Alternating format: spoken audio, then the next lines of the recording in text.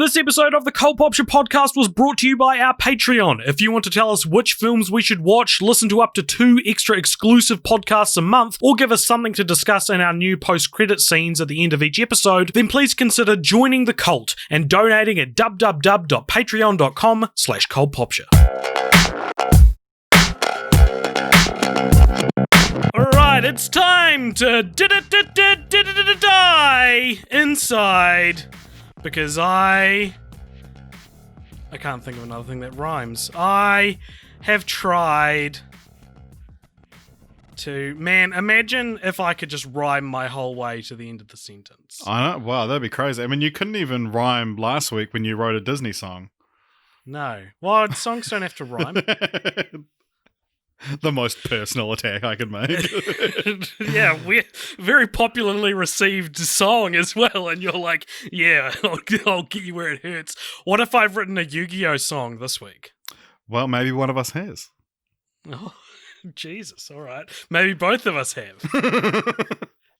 Welcome to Film Franchise Fortnights, everybody. My name is AJ, and giggling like the insane mad scientist he is on the other end of my Google Hangouts call is Richard Martin. How are you, Richard, this evening?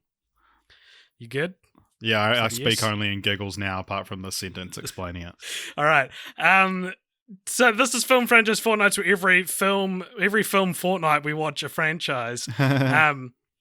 And or at least that is what we're supposed to do. I'll leave it up to the listeners to decide whether we're actually doing that this fortnight, because I have some reservations. Because last fortnight, after our whopping Pirates of the Caribbean retrospective, we're all really excited to see what franchise we got next. And we did our random number generator, our random franchise generator, and we landed on the Yu-Gi-Oh franchise. And if you are unfamiliar, if this is your first episode, perhaps you're a Yu-Gi-Oh stan and have discovered this episode. Oh, hello. Just to let you know up top, Richard recently got real into Yu-Gi-Oh and watched all of the series. Back into Yu-Gi-Oh, I would say. Back into Yu-Gi-Oh. When I was 10 years old, I was too cool for Yu-Gi-Oh. I'm now 27, and I'm still too cool for Yu-Gi-Oh. I would say you're not cool enough for Yu-Gi-Oh now. I know you would. Yu-Gi-Oh has surpassed you. You've stayed at the same coolness since you were 10 years old. That was pretty cool, man. I was pretty cool at 10. Yeah, I imagine that's what our the proverbial listener I just described probably thinks of me as well. And some of our real listeners that I know do exist. A lot of our listeners were very excited that we got Yu-Gi-Oh! So shall we, without further ado, okay, the supreme irony of this is that I had to MC the episode, right? Yeah. That's where the comedy comes from. I'm excited to see what new things you can teach me about. Right. One of my... a very close, dear to my heart IP. Yeah. Yeah. So the Yu-Gi-Oh! Film franchise, or perhaps more accurately, the films in the Yu-Gi-Oh! Franchise, it's not really a film franchise in itself, or perhaps even more accurately, the theatrically released media from the Yu-Gi-Oh! Franchise. Yes. Of which only 2 out of the 4 films we're going to be talking about are actually films, and of those 2, only Allegedly. one of them is really trying to do anything different from the show, and of those 4, Richard, potentially none of them are even canon. So, depending on who you ask and what you consider canon, and in a shocking and arguably off-model episode of FFF this fortnight, we're more or less discussing the 4 disconnected, arguably decanonized, theatrically released installments from what is usually a Yu-Gi-Oh! TV show, and which is an anime based on a manga. It's a manga. About a little boy named Yugi, who becomes the Tony Hawk of virtual reality card games. The card game is called Duel Monsters, where players pit monsters against each other. Yugi battles a variety of enemies, but most notably the creator of Duel Monsters, who's a a rich one-eyed pervert called Pegasus. He's not a pervert. He's probably. I'm not letting my kids near Pegasus. Oh, okay. I don't have kids though, so that's why. And Pegasus isn't real. No, yeah. Just I'm like not your letting them kids. watch Yu-Gi-Oh. But also most, probably more notably than Pegasus, is the young, whiny yet wildly successful technology entrepreneur Seto Kaiba. Yugi is helped along the way by his duel monster expert granddad, his high school friends Joey, Tristan, Taya, and Bakura. As well as Yami, an ancient Egyptian pharaoh who possesses Yugi through the Millennium Puzzle, which is a little gold pyramid which Yugi wears around his neck. Yami looks identical to Yugi, only is a little bit taller, and his eyes go from cute to angry, and he has a different voice, but is voiced by the same actor. Yeah. Is all of that correct? More or less, yeah. Yeah. I don't know, like, and I'm sure you people are going to be, this is going to be a very correction-heavy episode for our listeners. I hope so. But I don't know how accurate it is to say that, like, to call the separate character Yami, like, that's more of a nickname. It's Yami Yugi, or spoilers for the Yu-Gi-Oh! Duel Monsters anime, the spirit's real name is Artem. What a spoiler. It is like this massive, it's like, it sounds funny to say that, but it's like this massive mystery throughout the series, and it's like only revealed in the final season, and it's like a big thing about finding out what his name is, but it's like the fact that his name is Artem, it's like we've never heard it anywhere else.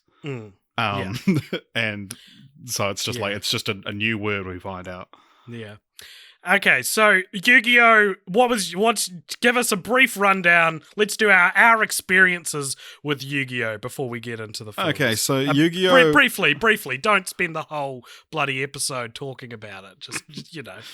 Okay, so Yu-Gi-Oh! Was one of my go-to anime as a kid. There was Yu-Gi-Oh! Dragon Ball Z is obviously like a big one. Card Captors was another one. Card Captors was great, man. They're all the same show. No, they're not. They're all the same show. They all were made to sell card games or toys, collectibles. Are you going to be like this the whole episode? If you're going to correct me the whole episode, I'm entitled to state Well, fine. I'll just let Spoodle Goop on our Discord correct you. That's fine. So, yeah, it was one that I was like really into, when I was a kid. And I had like a fucking massive deck. I remember like going to dueling contests on the weekend. One of which I went to and I like didn't really know anyone and they were mean to me and I cried. And then I almost immediately got my parents to pick me up. That's the plot of the first movie we're going to be talking about. But then it's funny. There's an episode of the anime that I distinctly remember being the last episode I watched, because it's like they enter a virtual world, and I was like, "This is Jump the Shark," and I stopped watching. It's the first episode of a season or of an arc, and then I found out I was on Netflix one night, and I was like, "This is fun!" And so I just watched like one of the classic duels kind of thing that was spread out over 5 episodes, and then. So this was last year, and then I was like, fuck it, I'm going to watch Yu-Gi-Oh! Again. And then, all like 250-ish episodes. I watched, because I also was like, I want to get like real into an anime before I go to Japan, so I can like go there and be like, find all cool.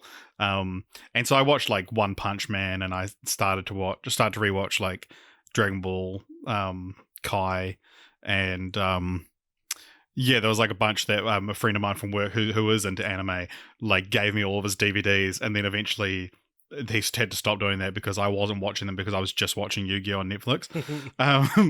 And then I got to the episode that I distinctly remember being my last episode, and then it turns out I'd actually watched like another 50 episodes after that. Then so I was like, oh, cool. This is familiar, because once it stopped being familiar, it obviously wasn't as like interesting to me because it didn't have that like nostalgia angle. But it is like genuinely, it's a good time, and it's when I first started rewatching it, because Jess got into it as well, and mainly the first season, which I think is probably a bit more like accessible because it's the rules of Duel Monsters are a lot more simplified. But we were staying in a little cabin. We had a little getaway for her birthday, and it was like the thing we discovered about that makes Yu-Gi-Oh great is that they describe everything that's happening on screen. So you could go make a snack in the kitchen, you could go to the toilet, and you'll be able to follow every single thing that happens because it's outrightly like explained to you. And so it's one of those. It's easy to watch and fun. That is a very diehard defense of one of the things I dislike about what I've seen of the show now, but we'll get to that more later. So my experience with Yu-Gi-Oh! Is, as I said, I was 10 years old, too cool for it. All the kids were into it. I wasn't into it. My brother was real into it, though, so I saw a lot of episodes.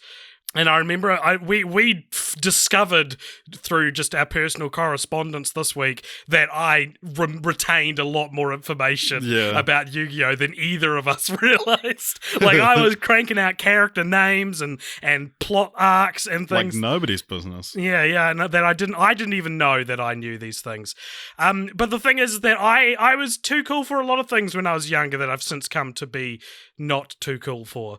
Like Lord of the Rings, I was too cool for Lord of the Rings when I was a kid, the movies, and now I love Lord of the Rings as much as the next as much Kiwi as I love Yu-Gi-Oh! As much as the next Kiwi who's blood runs who's essentially forced to veins. Like it. Yeah. No, that's a very I genuinely like Lord of the Rings. Yeah. But Jacinda's listening, and we have to say that. My friends started rewatching Yu-Gi-Oh! Around a similar time to you. Not that you're not one of my friends; we just live in different cities, so I wasn't affected by you rewatching it. And I caught, I think I caught the first episode and the second episode on Netflix when they were getting back into it, and I was just like, "This is real bad." And I remember I messaged you and I was like, "Watch some Yu-Gi-Oh!" And you're like, "Oh yeah." I was like, "It's pretty bad, man." And you're like, haha, yeah. And I was like, well, what is the, like, even on our Discord, all the diehard Yu-Gi-Oh! Fans on the Discord seem to be like, that's the response when you criticize it, is like, oh man, totally. Like, it's a very accepting of flaws fan base. Well, yeah, I don't know. I think it's a good fan base. I was going to say we call ourselves something, but I'm sure there is like a name for Yu-Gi-Oh! Fans, which I'm not privy to, and so I didn't want to incorrectly create one. But yeah, I don't know. It's one of those things that's like, I fucking love it to death, but I'm not necessarily here to convert you. There's a lot of things that I like that I won't necessarily defend. Right. And yeah, I mean, I guess the term I'm looking for is guilty pleasure. But it is like, yeah, it's not even that I'm enjoying it in an ironic sense. I'm not like, oh my god, it's so bad, it's good. Like, I genuinely get enjoyment out of it, and it's I don't know, it's the predictability of it, and you come to love these characters, and it makes it, it's just a nice, easy watch. Right. Well, I'm sure that maybe were I to watch all of Duel Monsters and its 200 and something episodes, which we'll do for a future episode of Film Franchise Follow-Ups on the Patreon. Maybe I would come to enjoy it, but having just this sample size, and it's not I hesitate to call this a film franchise because they're not congruent to each other. What are you going to call this episode? Like, you normally have like trilogy or series or franchise. I guess this is the Yu-Gi-Oh! Movies because they're not the Yu-Gi-Oh! Theatrically released media. Yeah, because they're not intended to be watched as a 4-movie series either. So let's just get into it. So the first thing we watched was 30 minutes long, and that was called Yu-Gi-Oh! Or colloquially referred to as Yu-Gi-Oh! 1999. Yeah. That was directed by Junji Shimizu, and I don't think this film is on Rotten Tomatoes. So this is where we're starting. This is the very format-breaking movie that we watched for this episode. Can you tell us what is Yu-Gi-Oh! 99 about? So it's about a shy young wannabe duelist who comes across the rare Red Eyes Black Dragon card, let me pull up a plot synopsis. His Yu-Gi-Oh! name is 199. Shugo? And Shugo. yeah, essentially, Yugi says like, well, he's like, oh, I don't want to duel because I like this card and I'm scared of losing it. And then Kaiba's like, give me that card. And Yugi's like, not so fast. And then he gets the card. Like he duels Kaiba to allow him to keep the card. Yeah. So what did you think of this?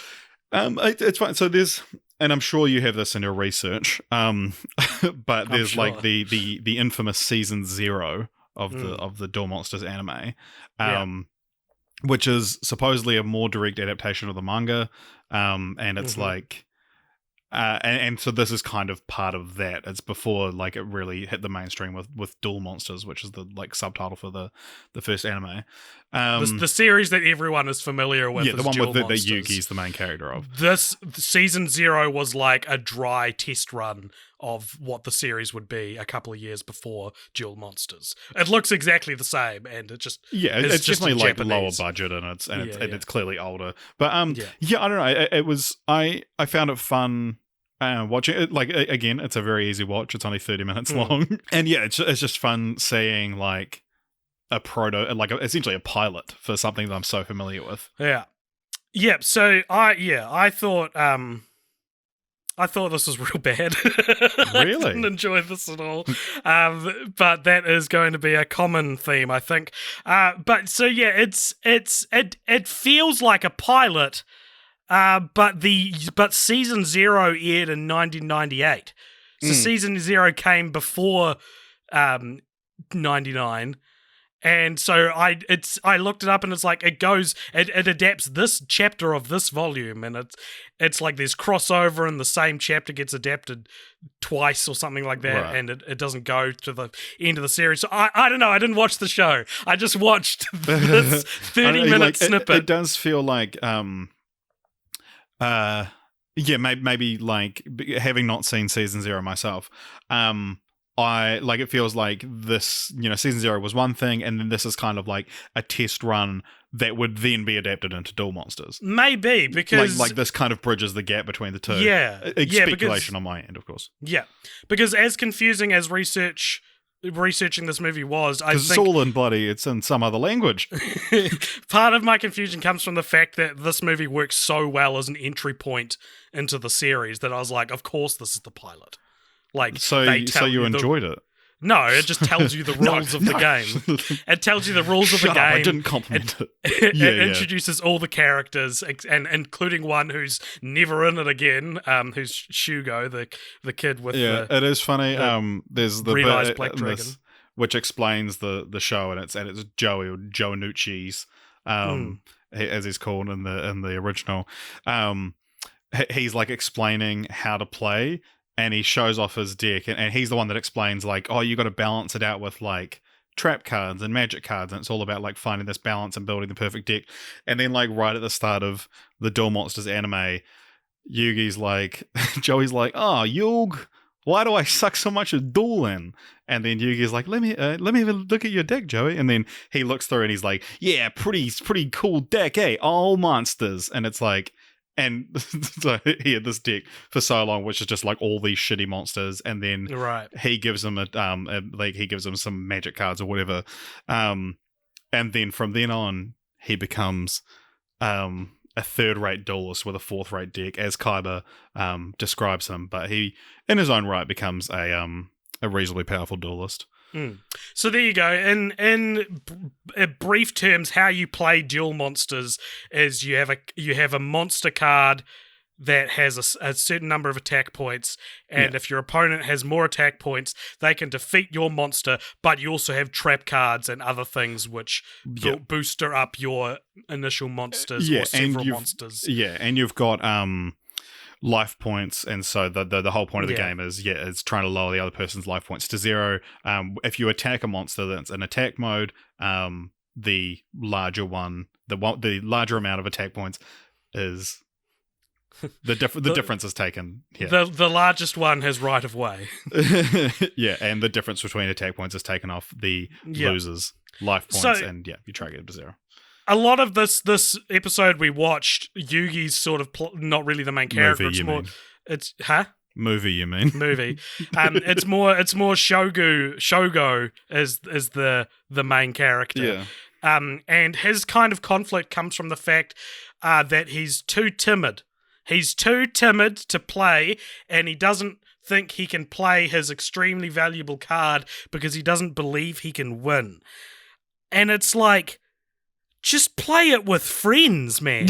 Like his first introduction is he goes to like this internationally televised tournament. He goes to this is where we expect you to play for the first time. It's like I get maybe like I don't want to play it because if I lose, I'll get the card taken off me, I think, in some variation of rules. But you can play in a lounge with Yugi and just see if learn. Just see if you enjoy it, yeah. It's so weird. And then when Yami Yugi comes out and versus Kaiba at the end in the televised tournament. Yeah. And it turns out that Joey swiped the Red Eyes Black Dragon and gave it to Yugi so that he could use it in this fight, but Yugi or Yami refuses to use it until Shogu believes.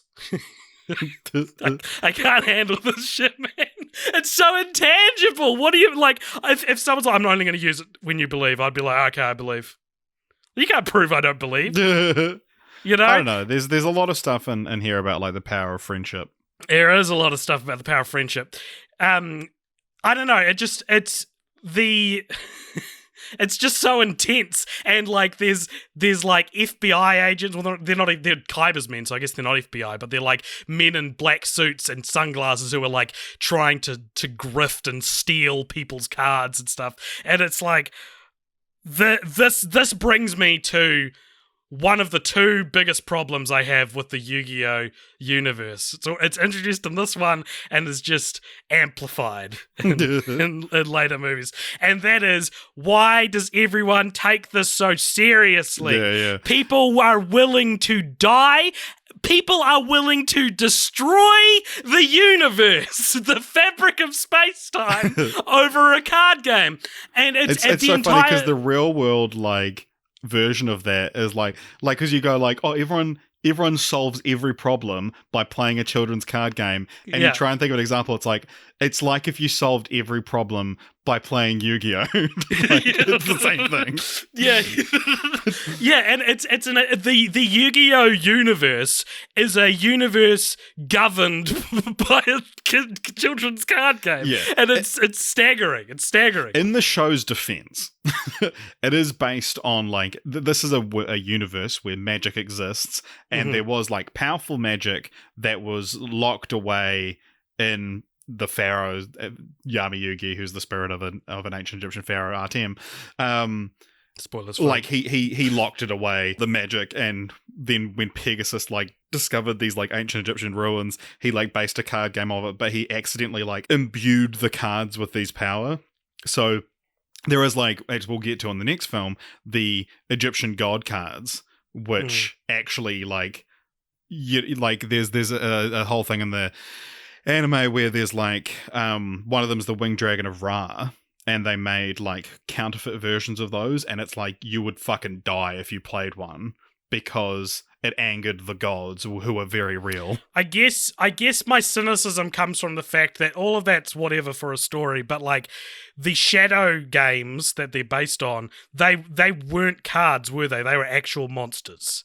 And so the cards are like facsimiles of the monsters. And my cynicism comes from like the marketing aspect of like turning them into cards so you can play with the cards. Like, I like Pokemon as much as the next person who kind of doesn't care about Pokemon, right? Pokemon is more where it's at, in my opinion, because Pokemon are actual monsters that have personalities, and the card game is just a realistic and tangible application of that for the real world. Yeah, there is there is some weird stuff about like being able to talk to, and as we'll see in Bonds Beyond Time, one of the protagonist from Yu-Gi-Oh! GX, which was like the first spin-off to Yu-Gi-Oh! Mm-hmm. He can like communicate with dual monsters' spirits, and I don't. That goes beyond my understanding because I've only seen dual monsters, but that feels weird to me. Because and he like falls in love with one of them, and then they combine or something like God. that. Because like it is still just a game, even if it's imbued with power. The fact that a game is imbued with power is a silly concept, in my opinion. Like, sure. From the get go, and it reminds me of Ouija boards. Yeah. So Ouija boards like have this such a lore around them that you can communicate with the dead, and like there's horror movies based around Ouija boards. Ouija boards were invented by like Hasbro. Yeah. Like they are a product. They are a board game. They're not like this ancient mysterious artifact.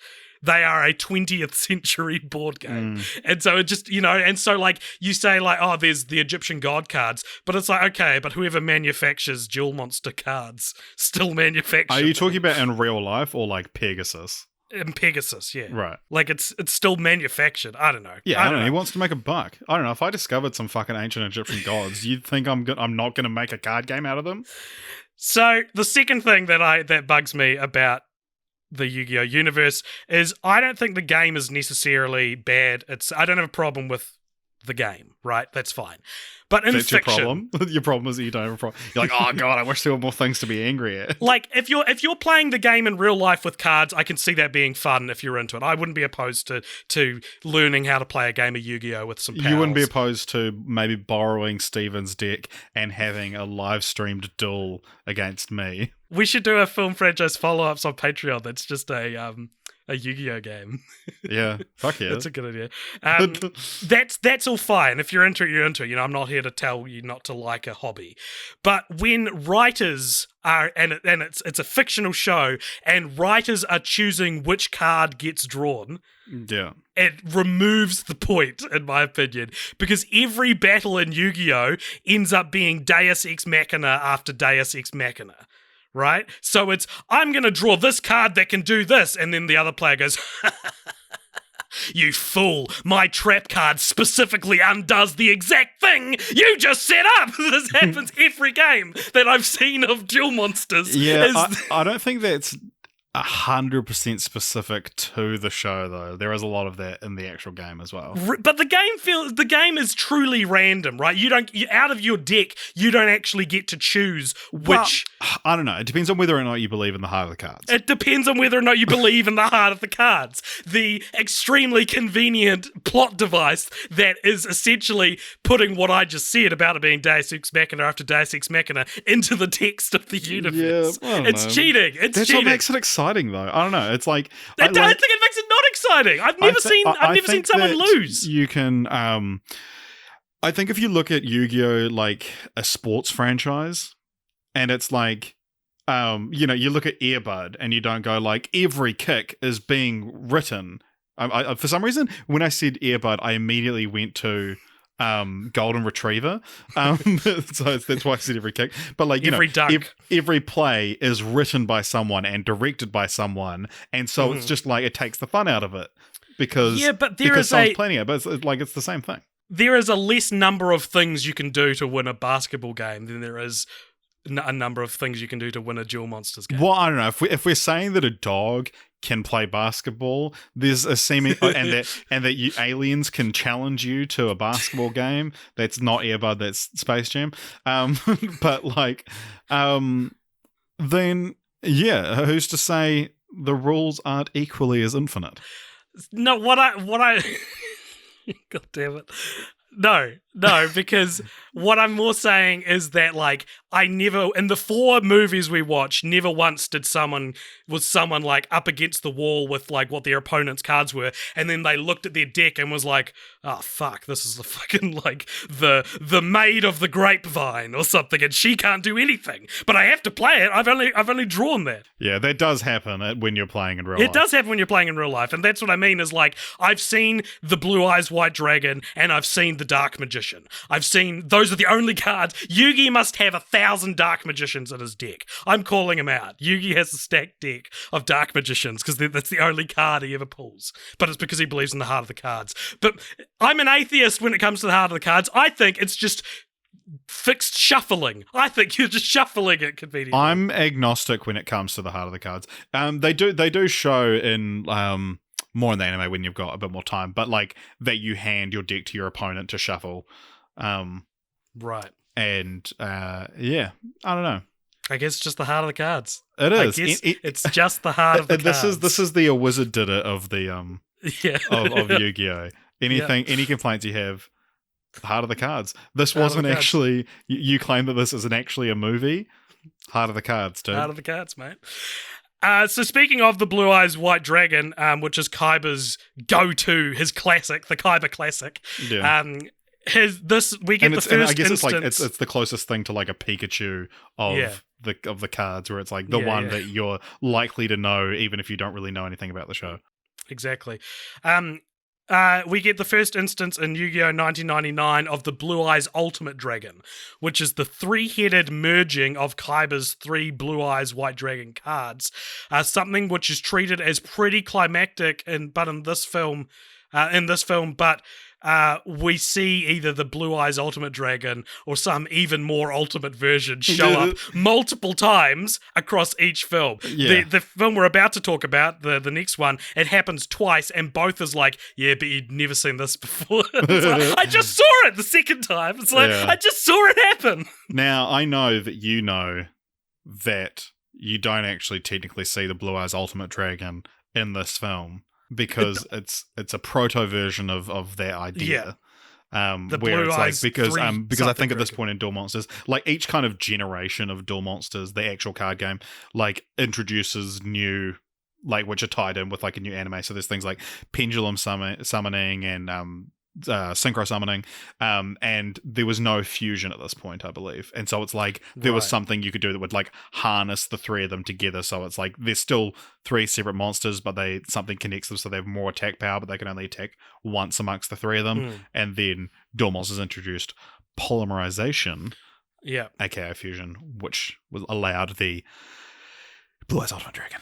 But any like super evolution of the Blue Eyes White Dragon, it's just the same thing to me. It's just different words and a different. Yeah, there's some stuff in Pyramid of Light and Dark Side of Dimensions that I've read the text on the real card, and I fully understand what it does. So, and the only other thing I have left to say on this before we move on is less about this movie and more just for those who have never seen the show and need like desperately trying to scramble any kind of image in their mind's eye. Kaiba is as I said, he's like an entrepreneur who has created technology which turns a Duel Monsters game into a virtual reality simulation where the monsters like actually holograms. come out of the cards and stuff like that. And as I sent a tweet out last night saying that the most realistic thing about Yu-Gi-Oh! Or the most relatable thing about Yu-Gi-Oh! Is that everyone begrudgingly uses the technology made by a rich asshole that nobody likes, which is true to real life because I use Facebook, I use Google. I don't use Amazon that much. But I have an Alexa, so... Yeah. If I had to use Amazon, I don't know. Wait, is Google... Who made Google? Is it like a... Well, Google, the company, though, is just spying on you, and we're recording this call on Google Hangouts, and they'll be seeing everything. They'll get this episode before it comes out. Yeah. All right. Any more thoughts on Yu-Gi-Oh! 99? Nah, just check it out. It's on YouTube. It's on YouTube. All right. Well, Richard, the next thing we're going to talk about, I would say next movie, but the last one, arguably, wasn't a movie. So the next thing we're going to talk about is a movie. This is Yu-Gi-Oh! The movie, Pyramid of Light. That's Yu-Gi-Oh! !the movie, Pyramid of Light. 2004. If you want to get even more specific, it's U-Gi-O! The movie, Pyramid of Light. This was directed by... This was directed in 2004 by Hatsuki Tsuji. I'm sorry. I'm not trying to do it bad. I just don't know how to say it. Tsuji. Tsuji. How'd you say that? Tsuji. And what do you think this has on Rotten Tomatoes? Well, I know for a fact this has 5 on Rotten Tomatoes. This has 5% on Rotten Tomatoes. a rating after my own heart, Richard. And what is this movie about? And also, the Rotten Tomatoes score for this is famously the second worst reviewed animated film of the 2000s. The worst being Happily Never After, which was a Shrek Exactly. ripoff. Yeah, exactly. Yeah. Okay. So this is about there's another fucking tournament. Fuck, what does happen in this one? Okay, so this is set just after Battle City, which was a tournament in the show, and which Yugi won, obviously, and then has managed to obtain all three legendary god cards, which is what I referenced before: Sly for the Sky Dragon, Obelisk the Tormentor, and the Winged Dragon of Ra. And then Kaiba goes to Pegasus, the creator of Duel Monsters, and says, "I want to duel you, and the prize is a card that can beat the god cards." So that's like his whole motivation, is he wants a card that can defeat the gods. And then they end up Kaiba makes like another, is it a full tournament he makes, or he just like challenges Yugi? No, it's just like, well, it's the Pyramid of Light is what he uses. That's what creates the like stadium that they fight in. Yeah. Yeah, so he ends up, Kaiba challenges Yugi to a duel. He plays the Pyramid of Light, and then things are going go a bit sideways, where things are clearly starting to a bit Yugi, oh no. Yes. And then Kaiba's knocked out, and then Yugi, sorry, God, Kaiba gets knocked out and then is like essentially resurrected as Anubis, who is like the Egyptian god of death, and then Yami Yugi work together to defeat Anubis in a card game. In a card game. Yeah. Thus, ensuring the fate of the world is in good hands. So this was the first feature-length spin-off of a mega popular children's TV series or game that was produced in Japan for an American theatrical premiere and release. Yeah. So this was made by Japan for America. At the request of America, essentially. At the request of America, and has since been violently decanonized. Yeah. What did you think of this film? It is like... Again, I guess you'd call it a guilty pleasure. And that, but it's like I can very much see why this has 5% on Rotten Tomatoes. I think maybe 5% is a little bit harsh, but yeah, I don't know. Again, it's almost like fun being in on the joke, knowing that other people won't be.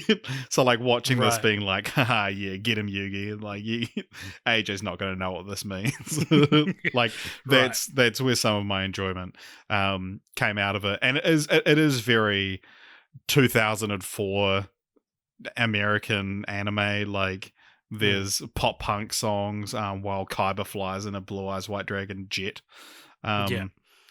Very silly. Yeah. So what did you more think than of that, though, I thought it was real bad. That's what I literally just copied. What did you think of this film? I thought it was real bad. Nice. For like every film we're talking about. But more than that, I was expecting something a bit more next level. But this felt just like a long episode of the show. I reckon this is the worst feature film based on a TV show I've ever seen. Wow. Because TV show movies should take the characters to a place that the series on TV can't. Yeah. Right? Like how you see Bart's dick in the Simpsons movie. Yeah. Or like how they pull the finger. Or even more than that, like the adventure in the Simpsons movie is like an unprecedented thing for the Simpsons to go through, right? But and also because like not only that, but like even just the way like it's been remastered. And so like it was originally, looked a lot shittier, I think. But like the actual Pyramid of Light to me looks like a cost saving exercise. Right. Because it means like they're in this big stadium, but then it's covered by a Pyramid of Light. And so the two shot reverse shot of Yugi and Kaiba, the background of it is like just this white with a little bit of texture. And it seems lazy. It reminds me of when I was in intermediate school, we had to like draw comic books. And I did one called Spider Bunny. And it was I drew a bunny and I like put the Spider-Man pattern on him. And I did like this little adventure. It was only like a page long or whatever. But I didn't draw any backgrounds. And the teacher gave it back to me and said, there isn't enough detail in this. And so I handed it back to her like a week later or whatever, like the next day, so that the first panel has Spider Bunny saying, oh, where is so-and-so gone? I haven't seen them since we transported to this dimension, which is entirely white. And then she failed me, and I said, there's a story reason that it's like that. And I think if I was the teacher, I would have given me like 10 A pluses. You should have just been like, oh, it's a wizard did it. Yeah, it was the heart of the cards. It was the heart of the cards. That was around the time I was into Yu-Gi-Oh as well. But yeah, I was expecting like a globe-trotting adventure. Like what little knowledge I had of this film before I saw it was that I remember hearing that it was partially a prequel to the show, which it kind of is very briefly at the start when it's a flashback doing a very inadequate job of getting you up to speed. And I thought we were going to go to ancient Egypt in this movie. I thought we were going to like go to places that you only dream of going in the show, but they don't go anywhere. And they actually do go to ancient Egypt in the show. So yeah, and I thought of that as well as I wrote that. I was like, I bet like there's nowhere the show goes that you couldn't. There's nowhere the movie would go that you couldn't go in the show. Yeah. Because the latter half of the film is just a big duel monsters game between Yami and Kaiba, and mate, I just switch off during the battles. As soon as it's the back and forth, I prick up again when it's like, oh my god, something plot is happening. But when it's like, I play this card, it's like I'm watching sport. It's like I've been roped in to the rugby game, and I have to sit in the lounge with everyone who's very excited by rugby while I politely try to not be a down buzz, but I'm also really bored. I find myself, I get into rugby when I watch it. Like, if it's an important game, like, I'm not just going to watch some fucking test and be like, oh, cool. But when I've watched the Rugby World Cup final like a few times, and I do find myself getting into it. And you and I have similar reactions to sport. But and I would say that like the duels aren't my favorite part of the show by any means. As I said before, like I genuinely like quite like these characters, and there's a lot of the filler episodes that people tell you to skip. I love those. I love like there's an episode of Dragon Ball Z when Piccolo and Goku learn how to drive, and it's the best one. I feel like Dragon Ball Z's got more variety. Oh no, actually probably doesn't. Like all of these kids anime shows, and kids as in kids watch them. As in 4Kids that play the American studio that dubbed them. What's this type of anime called? You told me once. Shonen. All those kinds of shows are like, there's so much like what I presume is inexpensive to animate filling out, like Pokemon has Pokemon battles, Yu-Gi-Oh has duels, and Dragon Ball Z has like those one of the only things I know about Dragon Ball Z is that fights go on for like 6 episodes. Then they're powering up and whatnot. Like, because there is a lot of people, yourself included, like you kind of just see anime as being like a genre because they just associate it with a shonen, which is a genre. But it's like when I was trying to convince you to watch Your Name, and you're like, oh, I don't really like anime. It's like saying you won't watch Schindler's List because you don't like Drake and Josh. I agree. Yeah, no, I totally get it. Yeah. I understand that. I'm not gonna. And for the record, when I watch like Studio Ghibli and stuff, like I more times than not, I'll get into it. It's just you just don't working like myself up to And I think it is definitely like a barrier that a lot of people overcome, but it's like, I mean, like once you get to a certain age, you kind of realize that animation isn't a genre, and like I have met people that are like, oh, fucking, I don't watch that because it's animated, it's for kids, and it's like animation is such a rich art form that it like you know spans so much, and then it's just made in a different country.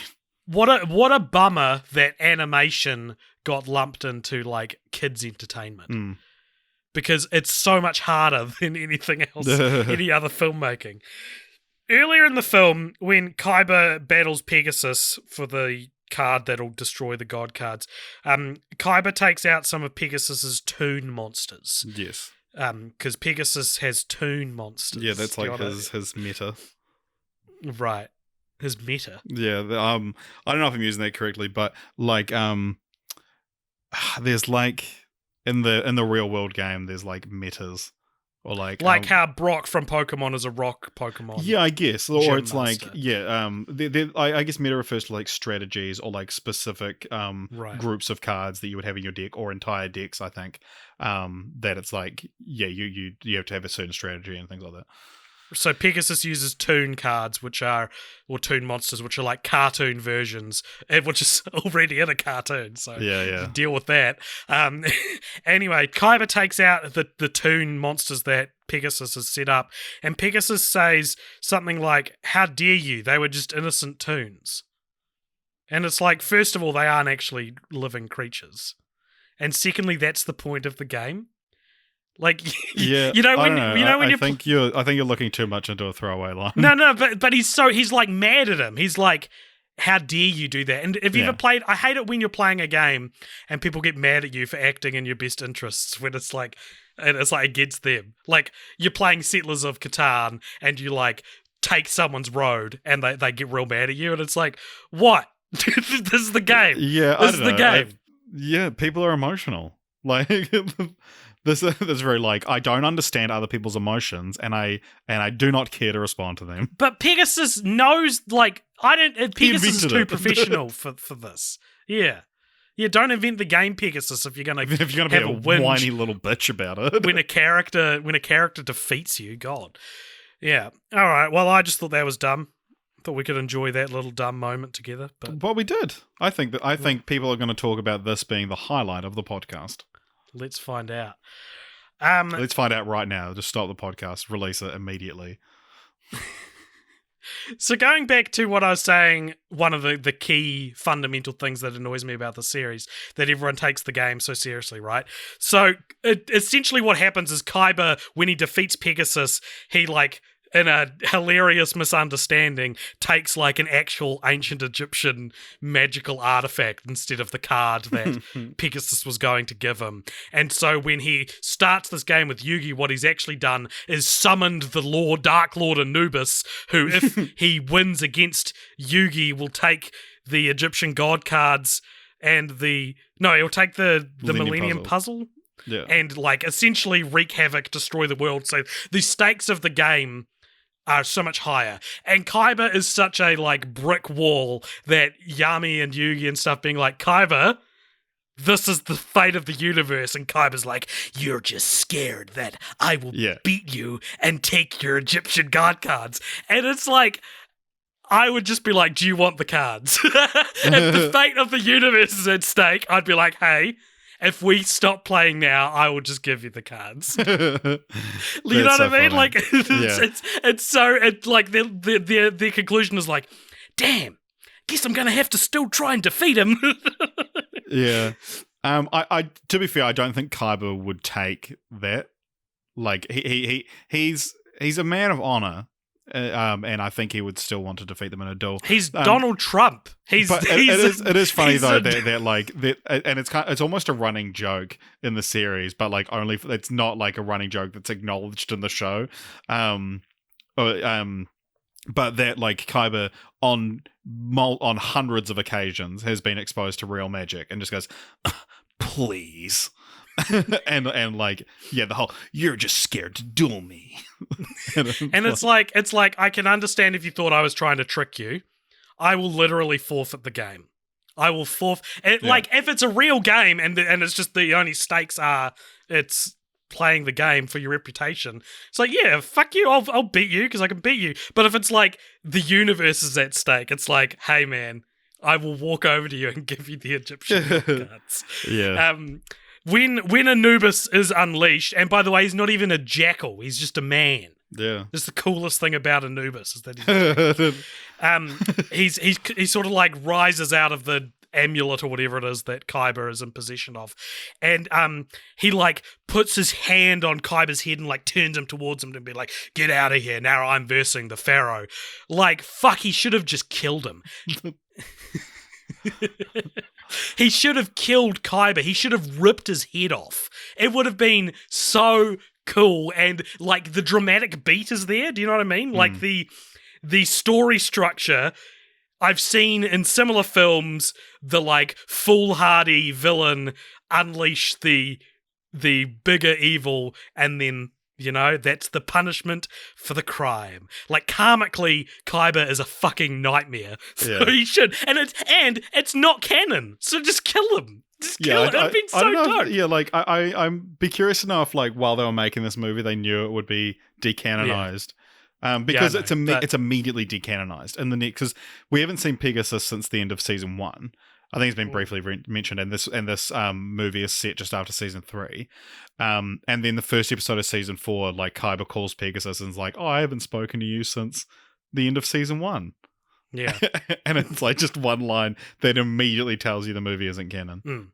And also, I guess it's a kid's movie, so you can't rip someone's head off in a kid's movie. But yeah, there probably is that as well. Like, my Spielbergian, you know, compass was like the lawyer in Jurassic Park, or the Spielberg, famous for ripping characters' heads off. No, but like the hunter in The Lost World who like kicks the compies and then gets eaten alive by them. Yeah. Like, Kaiba is so that character, right? The one playing with fate, and I dislike him so much that like it would have been quite cathartic to see him get his head ripped off.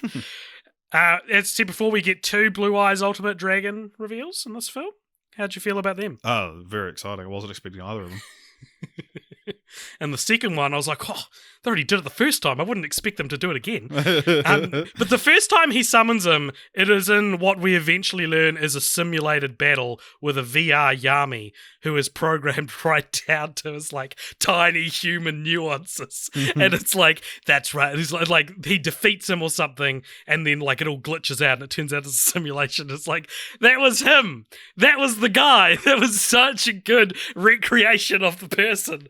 It's like, did they hire Yugi to voice act the simulation? And that actually happens again in Dark Side of Dimensions. So just, it's like, if it was a dream, it's like, well, he could have dreamt it. But when it's a simulation, it's like, oh god, this technology is better than the Duel Monsters technology, like the Duel Disc and the VR monsters. This is better. You could recreate. It's like in Spider-Man 2, how like Doc Ock's arms are more impressive than the tiny sun he builds. Like, forget the renewable energy source. You've just cured like multiple forms of like paralyzation. Exactly.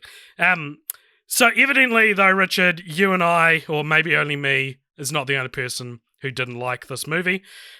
So we talked a bit before about how it's the second lowest animated. Did you write in the script that you and I didn't like it, and you had to adjust on the fly because I did like it? No. I've written I have to do adjust on the fly because I wrote the entire Rotten Tomatoes fun little stat, which you've already mentioned. So now I had to like. That's fucking payback for the most expensive movie ever made fun stat. So yeah, lowest animated film of the 2000s according to Rotten Tomatoes, behind Happily Never After, but it is also the lowest and was the lowest animated film on Metacritic for 12 years until the Emoji Movie in 2017. Wow, that's cool. It was also a commercial failure, making only 29 million worldwide on a budget of 20 million. And if you don't know, a movie needs to make double its budget back to be considered not a failure, not a flop. So you might be like, 20? No, they made $9 billion profit. They made $9 billion profit. It's the most profitable movie of all time by a margin of billions. So the film was also heavily criticised for being completely inaccessible to anyone who'd never seen the show, which I very much felt. But it's like, that's such a fuck you to the parents whose kids dragged them to see this. Like, at the very least, you could throw in a couple, you know what I mean? Like, it doesn't feel like it's... you watch these other like movies based on kids shows, and it honestly feels like they're like, okay, parents. The Rugrats movies are great examples. That it's like, okay, parents, you've been dragged along to this. Let's have a couple of parents jokes. Let's reintroduce you to the concept. Let's make this an enjoyable thing. It seems wholly unconcerned with being that, which I thought was whatever, because my investment would have been low either way. So, according to the Yu-Gi-Oh! Wiki, this movie is not canon, that's why I wrote it down, because it's written really poorly, because it's on a wiki, and wikis suck.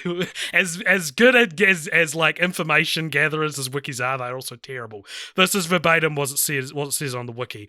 This movie is not canon, which took place after the Battle City arc, despite its seemingly alternate explanation of how Yugi Muto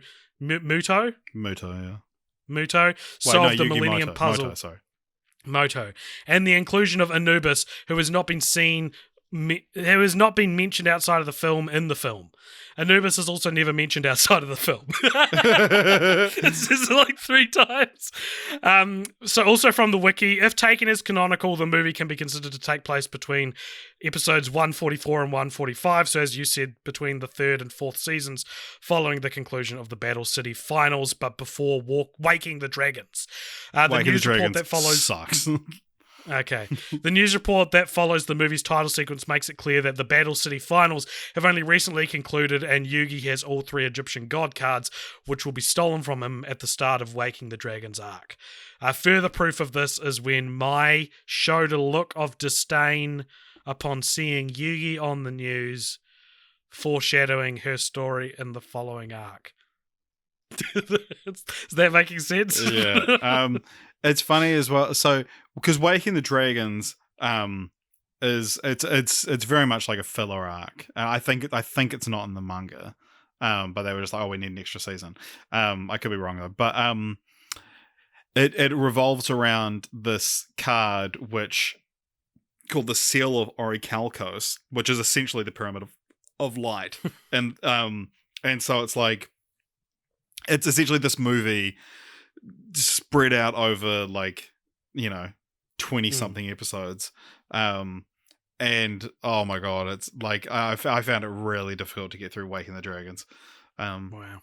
But yeah, there's enough. this character who is supposed to be Australian or British, and he talks about how he got abandoned on an island, and he's like, all I had was this card, and there's this one card that kept him through it. Of course there was. Yeah. Because cards are analogous to food, yeah, in the Yu-Gi-Oh! Universe. Do you have any more thoughts on Pyramid of Light? No, just check it out. It's good time. All right, so the next film we watched has a couple of titles, depending on what your preference is. It's most commonly referred to as Yu-Gi-Oh! Bonds Beyond Time, or Yu-Gi-Oh! 3D Bonds Beyond Time. But the direct Japanese to English translation of the title is Yu-Gi-Oh! The Movie, Super Fusion, Bonds That Transcend Time, which is very fun. It came out in 2010, directed by Kenichi Takeshita, I think. It has no score on Rotten Tomatoes. The wiki tries to say it is 67% on Rotten Tomatoes. It's like, no, that's the audience score. That doesn't count. Funny. And even then, 67% isn't a very good score. So, what is Yu-Gi-Oh! The Movie, Super Fusion, Bonds That Transcend Time about? Okay, so what you need to know for this one is that Yu-Gi-Oh! Duel Monsters, which starred Yugi Moto, has had a few spin-off series. GX, 5D's Zexal, there's a Zexal 2 as well, Arc 5 or Arc V, Vrains, and Sevens, which actually only just came out this year. But so the first 2 of those, GX and 5Ds, GX is set not too long after the end of Duel Monsters. AJ, you look so bored. Um, I'm listening. Sorry. I was just taking a drink of water and then letting you do a bit of talking for a bit. the fact that it took you so long to respond to me calling out for being bored just shows how bored you were. I was thinking about this, but this is the most interesting stuff to me. Spin-offs are so interesting to me. This is the best bit. GX, and I haven't watched GX or 5 Days or any of them for that matter. But so GX is set at like a dual academy, not that long after the events of Duel Monsters. Like when I say not that long, it's like a decade-ish, like maximum or something like that. And then 5Ds is set like quite far in the future. And so the main 5D's nuts. The main character of 5Ds is Yusei Fudo, who, and in 5Ds they like duel on motorcycles or something. Again, I haven't watched it. You could not have a more like incompatible thing to do while playing a card game than riding on motorbikes. But essentially, so this new villain called Paradox comes to Yusei's time and then disappears and then shows up in Jaden Yuki, who is the main character of GX's time, and then eventually the movie culminates in that the protagonists from all three of these franchises end up in Yugi's time, and they have to do like a 3-way duel to defeat Paradox. And yeah, it just culminates in the duel. But yeah, that's kind of it. Yep. So this was the 10-year celebration. Yeah, of Yu-Gi-Oh! And like this one feels like this is why you do a movie, right? Sure. Yeah. Right. And it's only 50 minutes though. Yeah, 60 10 minutes if you with watch the it introduction. With the recap. But yeah, like it is. Even if it's like a television event or whatever, this feels this is where you go that the show can't necessarily. This wouldn't make sense just being 3 episodes of the show. What did you think of it? So this is I hadn't seen this before, because I think that GX and 5D sounds stupid. Oh, wow! Maybe don't be so quick to judge. But I've since apparently heard. I'm kind of keen to check out GX because it seems like I could at least follow it. And 5Ds, according to one of our Discord members, apparently is the best written one. I struggle to believe that the Duel Monsters on Motorbikes one is the best written one. I'm sorry. But yeah, so I was kind of hesitant going into it, but I ended up quite liking the Yusei storyline, and like I got on board with him reasonably quickly as a protagonist, and also like I haven't really explicitly said this, but I love the Pharaoh, Yamayugi. I love him so much. And so to just be able to see him again made me so happy. Right. Right. I genuinely, when I finished the series and I had to say goodbye to that character, I was genuinely upset. I will respect that and not make fun of you for it. What did you think I thought of this film? I think you thought it was real bad. I thought it was pretty bad, yeah. I think even you would probably admit that you liked this more than the first two. Yep. Yeah, sure. Just like the first two set such a hard, like a low bar. It's less that I liked it more, and just that it's like, well, at least this is something. The whole thing is just Duel Monsters. So the whole thing's just a Duel Monsters game between Yugi, Jaden, Yusei, and Paradox. So I just shut down for most of the latter half of the movie because, as we say, it's just another card game. Yeah, like this one, I genuinely, I think this should have been 40 minutes longer. Like, keep the duel as it is, but like more time leading up to it would have been great. Sure. I don't know, man. I just, that whole thing I was saying about how, like, everyone's just got a Deus Ex Machina to their opponent's card. Like, I feel like this is the zenith of that. Like, this reminded me, there's so much of that happening in this game where someone will be like, I've won now, and it's like, sorry, I've got this card. The exact opposite.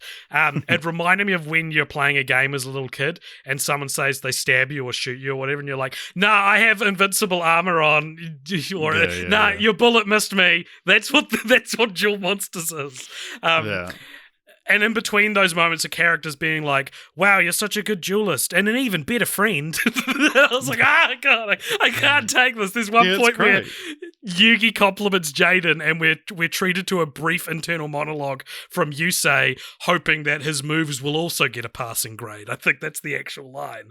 Like, it's like, I hope my moves get a passing grade. Because Yugi says that he's like, Jaden's meant to say about being at Duel Academy, and Yugi says something like, well, if I was your teacher, I'd give you a passing grade. Yeah. And it ultimately, the battle ends. They defeat Paradox because they have one thing Paradox doesn't have. What is it? The power of friendship. Of course, I was going to guess. Like, once again, though, I'm also left asking why this fucking card game is the basis of an entire society. Well, because the whole thing is that Paradox wants to go back to make duel monsters have never happened, and he comes from a future where the existence of duel monsters has somehow assured destruction of his timeline, which seems like a fairly reasonable thing to want to stamp out. But imagine someone comes from the future and you're like, I come from post-apocalyptic future. And you're like, oh my God, he's like, I have to stop fidget spinners. Fidget spinners. I have to stop Magic the Gathering.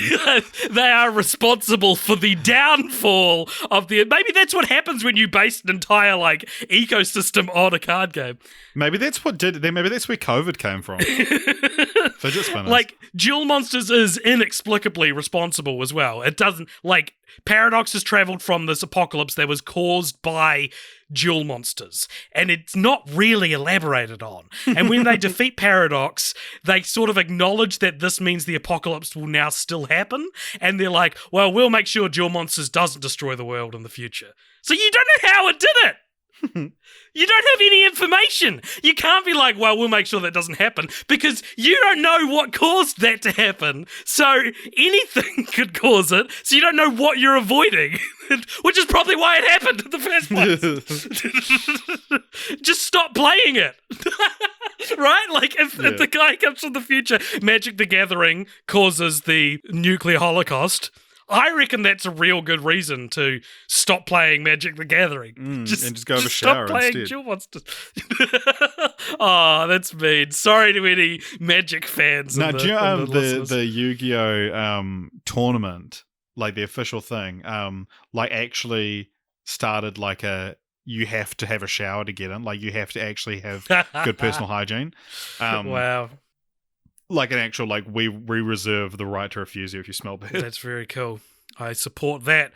I was told by my friend Nate that the movie isn't canon because Pegasus appears in it, and Pegasus should be dead by this stage, or he was dead in the Japanese dub. According to the wiki, there is a way you can contrive all three timelines to be canon, but my friend Nate is just as legitimate of a source as the Yu-Gi-Oh! Wiki. So I'm not sure. I've got a single piece of dumb IMDb trivia because despite how dumb I find this series, the trivia is all very eloquent. And even the trivia even can't this possibly be dumber than the content. yeah. Even this piece I've got here is maybe only looks dumb written down, and maybe phonetically I'll have to try. I don't think you'll find it as dumb as I find it. Right. But this is from the IMDb page for Bonds Beyond Time. Verbatim, quote, Jaden fusion summons elemental hero Neos Knight and activates Neos Spiral Force for the first time in this movie. And I looked at that sentence and I'm like, that is just a bunch of adjectives. Like, I don't know what you're saying. It's just words. It's just words in a row, and then activates, and then for the first time in this hero movie. Neos is like his dark magician. Right. Okay.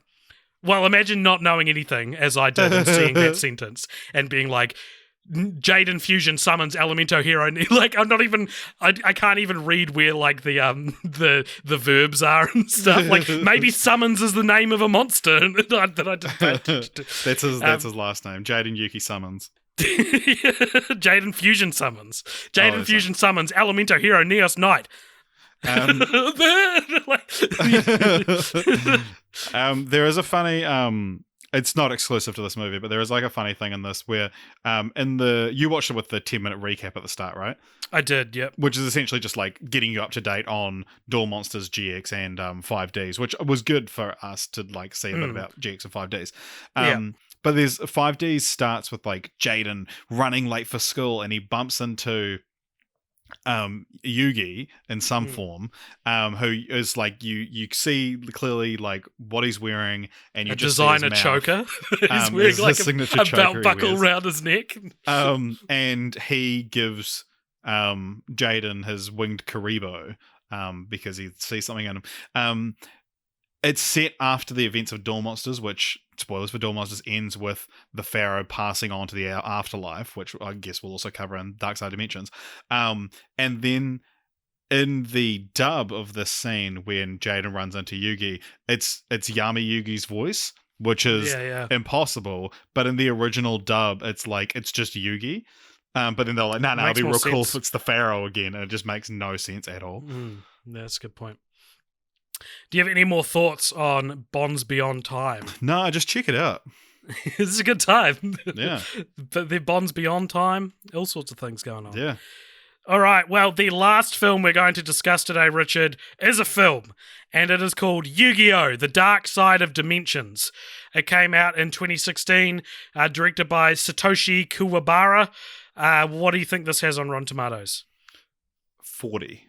It has 40% on Rotten Tomatoes. Yep, it sure does.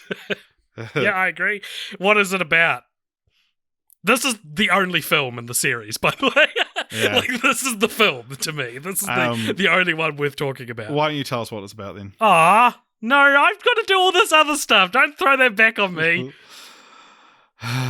Okay, so this movie is set like not long after the end of the events of Yu-Gi-Oh! Duel Monsters, which ends with Artem, the Pharaoh, the Yami Yugi, learning about his past life and essentially finding out that he has to face a worthy opponent in a duel and lose to be able to pass on to the afterlife. And so in what is the best duel of the series, he faces Yugi, and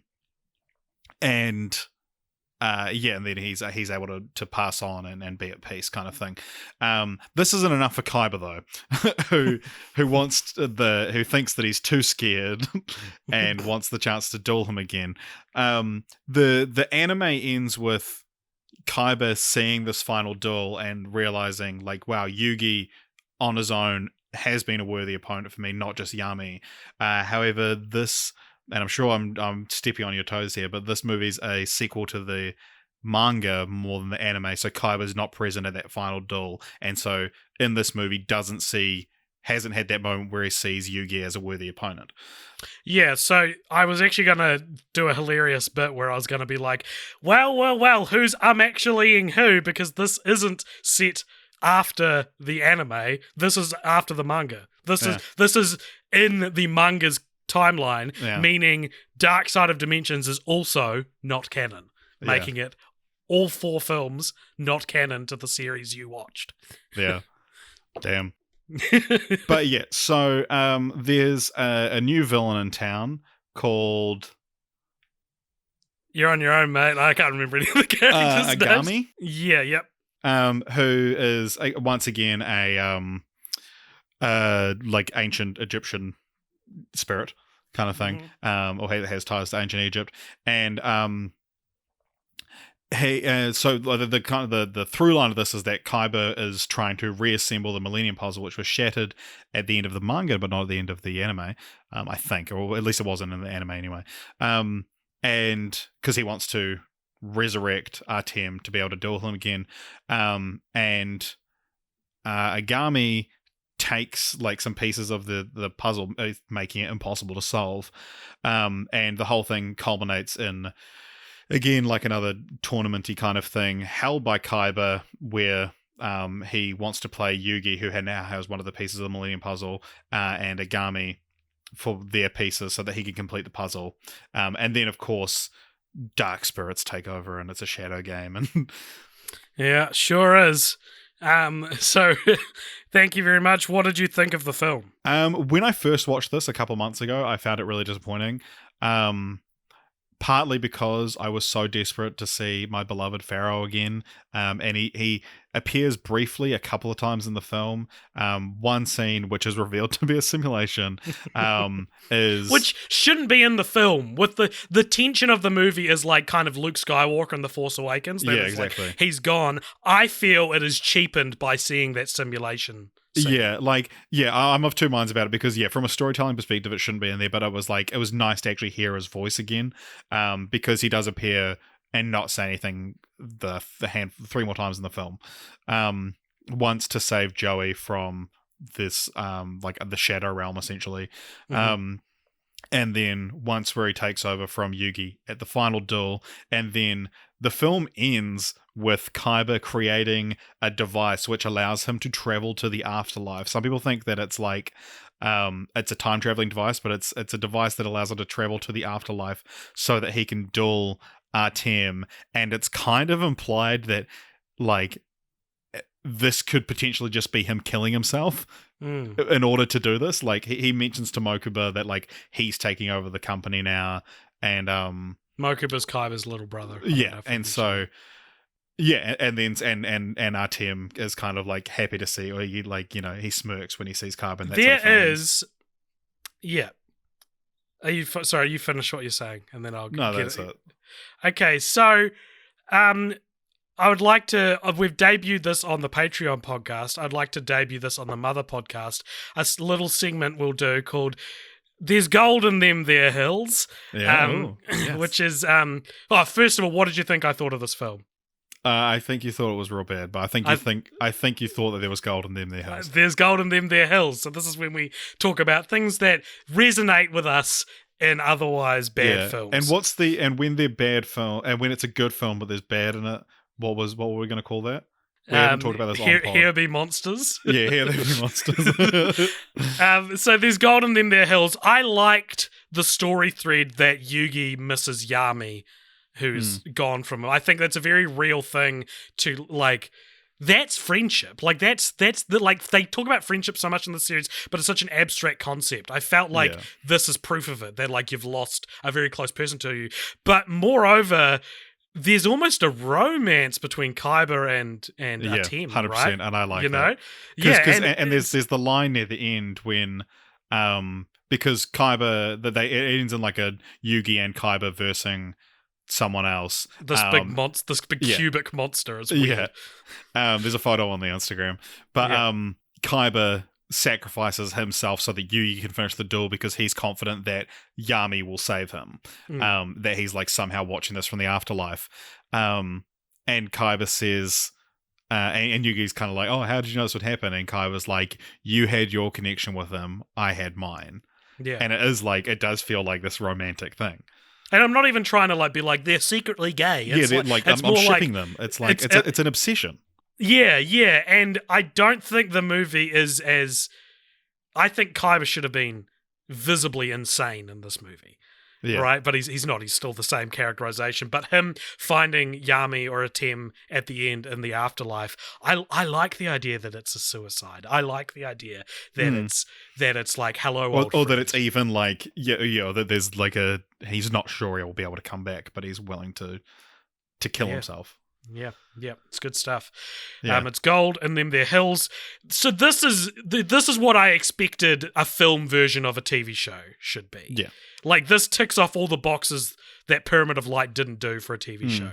I had no idea what was happening a lot of the time, and I didn't know who a lot of the characters were. Yeah, because people like Duke Devlin show up in this, and like this is Bakura's not in any of the other movies, is he? No, but he's quite a major character in this. Yeah, but this was like, this wasn't just they talk for a bit and then they duel, which all three others that we watched were. This was... Because this movie's just over 2 hours long. Yeah, and there's life happening. There's a society and there's everyday life. There's through lines of like they're finishing high school, which is how young they are, and one of them's leaving, and it's got all this coming of age stuff kind of baked in there. There's a pretty good amount of plot happening outside of it just being a card game. Yeah. But I sorry, I yeah. actually like I started when you asked me what I thought of it, I was like I just went on a tangent when I said about the first time I thought it was disappointing. When I watched it last night, I really liked it. And it was like and then it became this like and I think maybe knowing what to expect a bit more going in, I really appreciated like all the kind of like wrapping up of the story threads and whatnot. I want to talk about Kaiba because I don't know if I think he's an insufferable character or I Or if he's the think best character. he's a good character because he's so insufferable, Yeah. right? Because his motivation in this film is I have to bring the Pharaoh back, a duelist who has defeated me several times, so that I can maybe beat him and thus prove I am a better duelist. Like, Yeah. like we go until I win. That means I'm the king. It's such an easy to pull apart kind of motivation. Yeah, 100%. And when Yugi can't bring him back, as you said, Kaiba's like, oh, it's because he's scared of me. And it's like, dude, nobody fucking likes you. What are you doing? He's such a weird, like he's fighting Yugi, who Yugi will probably defeat him. But if he doesn't, if he can beat Yugi, then he can bring back the Pharaoh, who'll probably defeat him. And it wouldn't be so bad if it was a more intimate or internal kind of like, I have to beat you for me. Kaiba, especially in Pyramid of Light, but somewhat in this, very much like is like, so the whole world will know you're not as good as me. Like if we are talking sport and we're talking statistics, which I learned during the Earbud episode is what is entertaining apparently about sport to a lot of sports people is the statistics.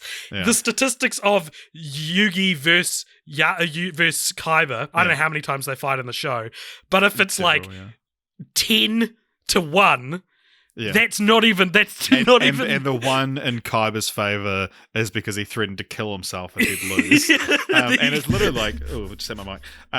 Like they're fighting atop a castle, and it's like for entrance into this is in the show, finals, not in the show. It's real fucking. There's a lot of like very clearly rule breaking stuff in all of season 1, but especially in this duel. It's like so Kaiba is about to lose. It's like one more attack and he'll lose, and so he stands on the ledge and is like, okay, but if you attack me, the force with which the hologram will attack me will blow me off this building.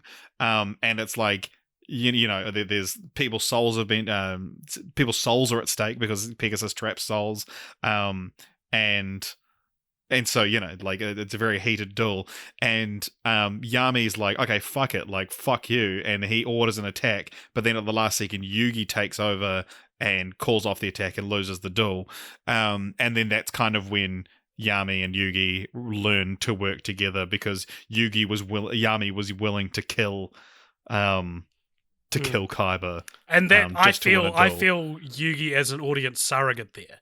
Like, that is literally me being like, just stop playing. If I'm playing card games, so I'm going to kill myself if you beat me, I'll be like, all right, I'm probably not going to finish the game then. So the only other note I've got for the Dark Side of Dimensions is that there are like 100 variations of the Blue Eyes White Dragon. There's Blue Eyes Shining Dragon. The Blue Eyes Alternative Ultimate Dragon, which is such a funny name, man. Like, that feels like one of those things where it's like the direct translation from Japanese to English, and it's this is not as poetic in English as I'm sure it is. The Blue Eyes Alternative Dragon. He's just like wearing like thick-rimmed glasses and like a straw hat. There's also in this film, and again, like talking about like what you expect from a movie adaptation of a TV show, like the animation is very much updated and it looks great. It's a great looking film. It's a great looking film, and all the character models have been updated, where Yugi's a little bit taller, Joey and Tristan look a bit more manly, and Taya has like grown 3 cup sizes. Her shirt she's clearly had a growth spurt but can't afford like more length on her skirts.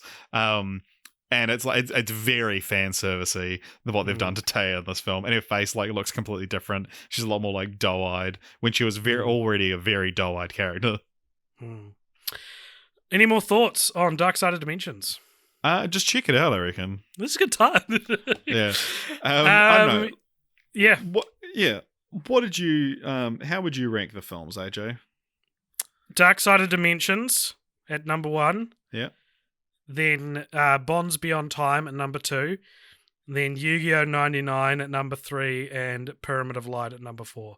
Nice. Yeah, I'd probably. I'd probably just go like 4, 3, 2, 1, and Dark Side Dimensions is my favorite, and then going back. I think Dark Side Dimensions like actually has a lot going for it. It maybe doesn't like all translate as well as it could, but I think like there's a lot of really cool ideas in it, and it's a good place to like wrap up the arc. Yeah. So, do we want to talk about titles on this podcast? We do it a lot. Yeah. I don't really know if I have much to say beyond the alternate. Why is Japanese it called Yu-Gi-Oh? Why is it called Yu-Gi-Oh? Because his name's Yugi, and the O is written like O. Why is it called Yu-Gi-Oh, AJ? I don't know. You tell me. You're the one who watched the show. They don't bring it up in the movies. Believe, and I only looked this up the other day. But Yu-Gi-Oh, I believe, is is Japanese for King of Games, right? And so that's why, like, the character's just named King of Games. And then, there's also I read, but I didn't fully understand it. But it's like it's a pun on like Yugi and Joey's name in Japanese are like. It means like friendship and yeah. I bet it is a pun. That makes complete sense. I bet it's a Japanese pun that cannot be salvaged in English. I think it's like it's one of those things that it just sounds cool. Like it's just fun to say. Yeah. Like Dragon Ball Z is like the same thing. Dragon Balls? I mean Dragon Balls actually like are a thing in the show. But yeah. And also like Yu-Gi-Oh is the sound he makes when he transforms from Yugi to Yami Yugi. Which is that's not a good enough reason. Yeah, and also in the anime. Why does he say that? At the end of the first season when they like finally have a conversation and they're like, "Oh, who are what do I call you?" And he's like, "Oh, I've been called many things." And one of them he says is Yu-Gi-Oh, and it's like you were never called Yu-Gi-Oh. That makes no sense. And it's like 17 episodes into the show before Bakura challenges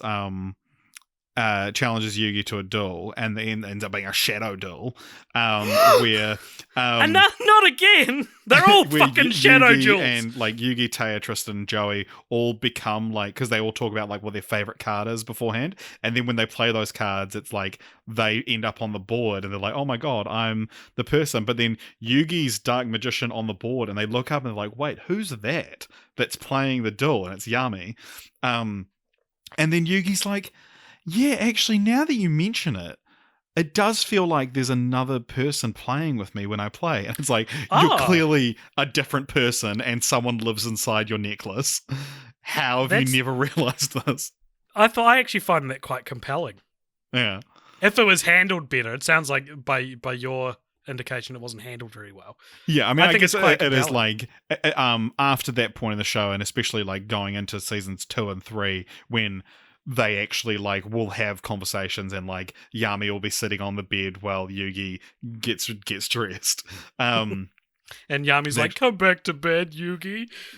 But I guess it kind of does make sense that you would you would just feel this presence rather than actually being able to like be more tangible about it. But that's the episode where Taya goes on a date with the Pharaoh. God, that sounds horrible. In the dub, it's not a date. It's like, hey, the Pharaoh wants to like see if his memory can be jogged. Why don't you spend the day with Taya for no reason? And then, but apparently in the original, it's like, yeah, I've set you up on a date with Taya, or like Taya wants to go on a date with Yami Yugi. I don't like that at all. I think that's stupid. Yeah, it's pretty funny. It's like generally considered one of the worst episodes of the show. Right, Richard. Well, now we've got one of our final segments of the show, which is continue the franchise. This is where we try to come up with a sequel or some kind of continuation. In this case, I guess that's what it has to be. My one's pretty small this week. Have you got a big one? No. Okay, so do you want to go first or second? I'll go first. So one thing that's quite common with anime is to do a live action adaptation. Hmm. There's surprisingly like there's a lot of Japanese ones, like Death Note has like a series of Japanese films, and then there's a bunch of those. But as far as I'm aware, there aren't any live action Yu-Gi-Oh films in the East or the West. But yeah, a Netflix adaptation. So it has to be bad. It has to be real bad. Okay. Wow. The source material's would be there. hard. But yeah, like, so I was trying to think of things that like that they would fundamentally not understand about the show, and so it would condense the entire Duelist Kingdom arc, which is the entire first season, into one movie. So every duel would have to be like a couple of minutes long, and I was trying to think of like casting. Dean DeHaan as Kaiba. Oh, yep. That was pretty good. And I couldn't think of anyone for Yugi, but you'd probably just get like Finn Wolfhard. Who's the Jacob Tremblay? Oh yeah. He'd be a great Yugi. Yeah, but then you also need him to play Yama Yugi. Yeah, that's or true. we would do like a Shazam thing, I guess. Yeah, you would. Yeah. But I feel like doing the Shazam thing is kind of one of those like fundamentally misunderstanding the like concept. It's okay. We can do whatever we want. Yeah, we're Netflix. But what about Neil Patrick Harris as Pegasus? Yeah, okay, yeah. Playing up the what like Pegasus's voice is very familiar to me. Am I just thinking of him from the Powerpuff Girls? It was a little bit like Powerpuff Girls. So that's good. I like especially after series of unfortunate events. I could see a Pegasus like character. Exactly. Darren Dunstan is the voice. He's also Splinter in Teenage Mutant Ninja Turtles. I like that you haven't cast Japanese actors for a live action remake, because that's also very Netflixy. Okay, well, I have also come up with I guess a live action movie adaptation of Yu-Gi-Oh! But I've taken a different route, Richard, and I think that the Yu-Gi-Oh! Story, the Yu-Gi-Oh! Brand, is fucking begging to be a comedy. It is desperate to be funny. I would love it if they were aware of how stupid everything is. Like, Kaiba is basically Dr. Evil. Yeah. From Austin Powers, right? Like, I want a Yu-Gi-Oh! Movie that is the sense of humor of like 21 Jump Street has towards the 21 Jump Street show. You know?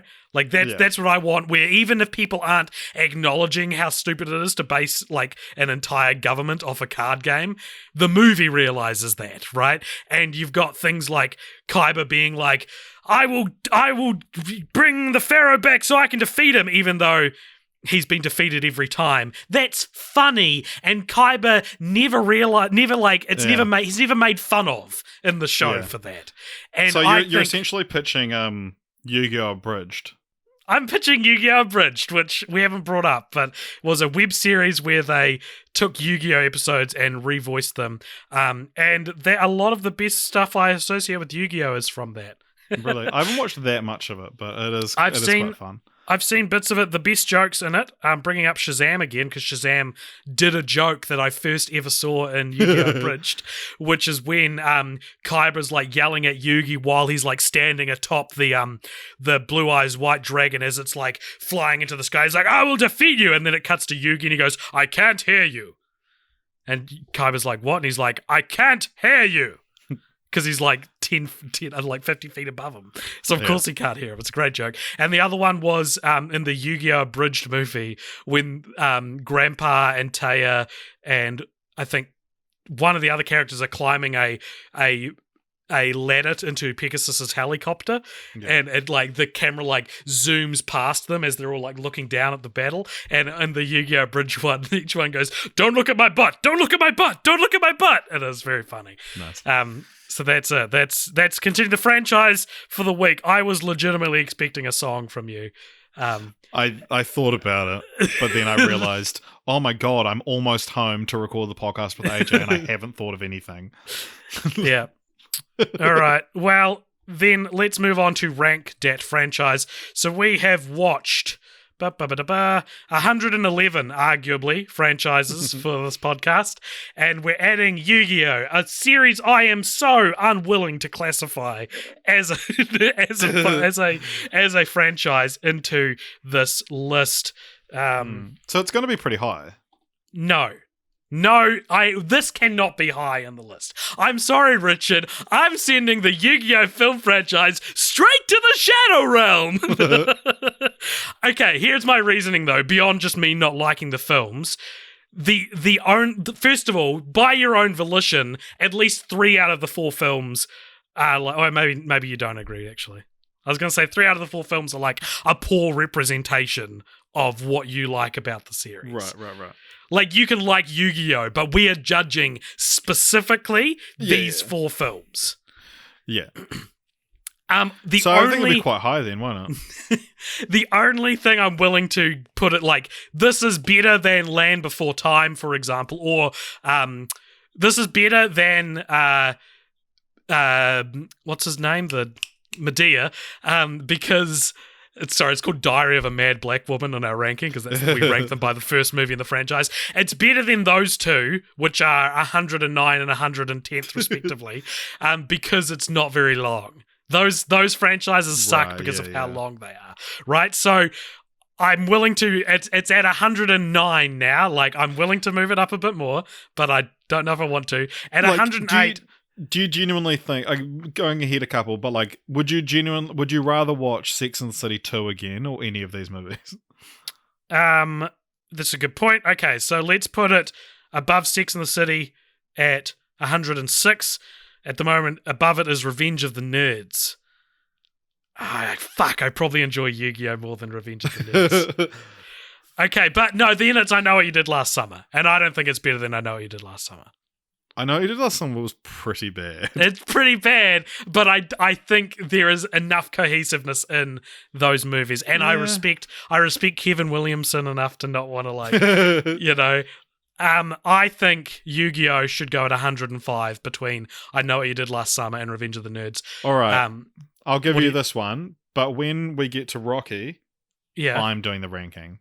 Well, I'm sure I'll like Rocky perfectly fine. It's not about that. It's not about taking a turn. I mean, but you look above I Know What You Did Last Summer is like the 300 movies, and like they are definitely better than Yu-Gi-Oh! I think.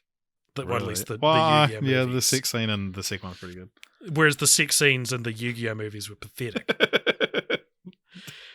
All right, I am saving. That's where we're ranking it. 105th. It is the 105th best franchise we've watched, which is more. I don't know about you, but this is definitely like. I mean, there's certainly I would put it higher, but like, there's a lot above this that I would way less rewatch than Yu-Gi-Oh! I think you are thinking of this, though, as in Yu-Gi-Oh! The brand you love, and not... Yeah, but also, like, there's things that, like, they're shorter and... Yeah, they're... No. All right, let's move it up then, bro. If you want to talk me into it. Where would you put it? Let's put it 100. No, okay. I thought you were making a joke. I thought you were going to be like, let's just put it at the top. Okay, so if we move from 105... So that's better than Jingle All the Way. We are surpassing it past I Know You Did Last Summer, 300, Bring It On, Big Fat Liar, and Jingle All the Way. So it's still worse than Teenage Mutant Ninja Turtles. See, Teenage Mutant Ninja Turtles is similar because it's like, it's a long-running franchise, but we have no attachment to it. Whereas in this case... one of us has attachment to the franchise, and so is yeah, and so it's already like has that connection to it. Whereas like TMNT, I didn't really like any of the movies, and neither of us had like any kind of connection to it. I would much rather watch the first 2 Teenage Mutant Ninja Turtles movies again out of appreciation for the nostalgic and their place in film canon than any of the movies. To be honest, the only TMNT movie that I've like thought about again and thought, oh yeah, I quite liked that was Out of the Shadows. Yeah, true. The second Michael Bay one, which is all right, arguably the worst one. Anyway, okay, I like the idea of putting it at 100. Well, it probably won't stay at 100 for very long. Yeah, exactly. Like, unless we only cover franchises that are worse, it's going to be bumped down. Okay, I'm okay with that. All right. Now, Richard, usually what we do at this point in the show is that we choose our next franchise in two ways. Every second week, we'll draw a random number in franchise roulette, which is a list we've got of all the franchises, and whatever the random number we draw will be the franchise we watch. Every other week, though, we usually, as it's the $1 reward on our Patreon, is that you can pay $1 and you can suggest and vote on every second franchise we cover. And in an unprecedented move of throwing that dollar away, our patrons this month voted on just doing franchise roulette again. So we're just going to do franchise roulette, I guess. Yeah, which is fun, and it's like it's the most I think it's tied for Lord of the Rings with Lord of the Rings as being the most popular option we've ever had. Which is like, do people not want to do the vote? I'm so confused. We made that $1 because we thought that'd be the most enticing. We like when we designed the Patreon, we designed it so like the $1 reward is pretty good. Yeah. So actually, I'll tell you what, it's lost a vote since I last looked at it. And it's now just behind Lord of the Rings as the most. Oh, there we go. Okay, here we go. Franchise list. Random number generator coming at you. 163. Did you get that? 163. 163. All right, Richard, while you look that up, let me just let the people know that if you like this podcast, if you like Cult Pop Show, I implore you to support us on all our social media. You can do that by finding us on Facebook, Instagram, Twitter. You can find us on YouTube. You can find us on Patreon, patreon.com/cultpopshow if you want to support the show. And you can also find us on the Cult Pop Show Discord, where we chat all things pop culture and all things Cult Pop Show. Very good. And yeah, all the links to all those places will be in the show notes below. Richard, what is the franchise we've landed on? So this is a franchise that I'm quite excited. Well, no, okay. That excited feels very strong. You're not excited. Ooh. No, I'm not at all. But it feels like a very franchisey franchise. Oh, that's good. How many in the franchise? 6, I believe. Oh, I will quickly double check. Very exciting. Give me a genre. This is like jazz, baby. Yeah, it's just freeform jazz. Give me a genre. Guess family. Oh, a family franchise. Is it like the first one's real famous and the latter 5 aren't as famous? There's the first one, I guess, it's one of those things that everyone knows the franchise, and so I guess the first one, by definition, is famous. But I would say probably the most famous one is actually the 6th one. What the hell are we talking about here? Yeah. The main character, the titular character of the franchise, is not human. And they're not an animal. They're vegetable. No. They're a mineral. They're a car. Herbie? Herbie. Are we doing Herbie? The 6th one is the most well-known one. Cool, man. Yeah, I'm down for some Herbie. The Love Bug, yeah. Hell yeah. What are the films called? So you've got The Love Bug, Herbie Rides Again, Herbie Goes to Monte Carlo, Herbie Goes Bananas, The Love Bug, again, and Herbie Fully Loaded. And they're all Disney films, so I wonder if they're on Disney Plus. I'm sure they will be. I'll just check so that you can watch along at home if you have a Disney Plus subscription. Herbie. They appear to be. I'll just check. I need to search The Love Bug because that doesn't have Herbie in it.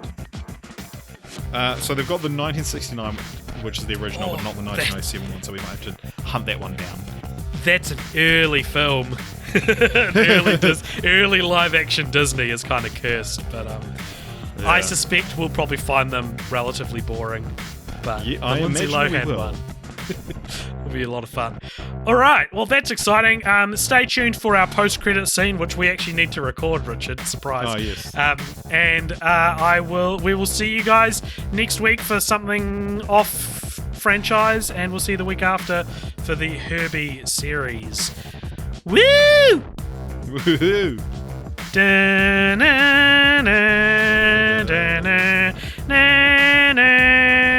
That's the Yu-Gi-Oh theme. Nice. See ya. Welcome everybody to the post-credit scene. Oh, was that a Yu-Gi-Oh reference? No. Okay. This is our post-credit scene. This is for if you pay a $5 or more on our Patreon at patreon.com/cultpopture, you get to give us a topic to talk about at the end of each episode. This post-credit scene today, Richard, comes from James B. And James B asks us, what would your dream jobs be? And a bonus question, what do you guys do now? Well, bonus question first. I'm a video content producer, which is a fancy name for an editor at TVNZ, which is our local news station. And well, it's more than news, a TV station. I work for the news. Yeah. I work for the media. Yeah. And, well, James B., I work for UB, which is a, like a polytech. It's not like a university, but not a university, like tertiary studies. I don't know, is polytech like a universal term? Is it? I don't know, maybe it is. It's like community college. No, it's not. It's just, community college is worse. It's not community college. It's like you go to a polytech instead of a university, but you don't go to like lectures and stuff. You do practical. It's like a course, yeah. Yeah. And I'm a film tutor there. Specifically, I teach digital screen production, which means I help young 19 to whatever year olds learn how to make commercials and short films and things like that. So I am a tutor at UB. What is my dream job though? My dream job. Do I go real or do I go like a little bit tongue in cheek as to not be too vulnerable? Yeah, hard up. My dream job is like Cult Popture full time. Like I would love to get to that point in my career. But I've always thought being the person that like on the ratings board would be fun because it means you get to watch a bunch of films. Being a film reviewer, just not even for Cult Popture, just in general would be fun. Yeah. I'm good at that stuff as well. I think I'm probably better at working out and articulating what a film should have done than I am at anything else. Like I think that's my best skill is script doctoring. So. Right. No, I wouldn't want to be a script doctor though. There's too much actual pressure. Yeah. I want to armchair it and be like, you did that wrong. You should have done this. Yeah. I don't know. My dream job, I guess, like I'd love to direct, but I don't know. Maybe I'm just like I kind of always thought that was like an easy path because every director I've ever looked up to, is a straight white man, and so now it's like. Maybe it's you actually do need to be good at these things. You don't just get handed them because of your race. Your situation in life. Yeah, but yeah, I genuinely, to answer your question, I don't know what I want to do. There you go. I still don't know what I want to be when I grow up. Wow. Thank you for your question, James. We'll see you guys next week. Giving me a lot to think about.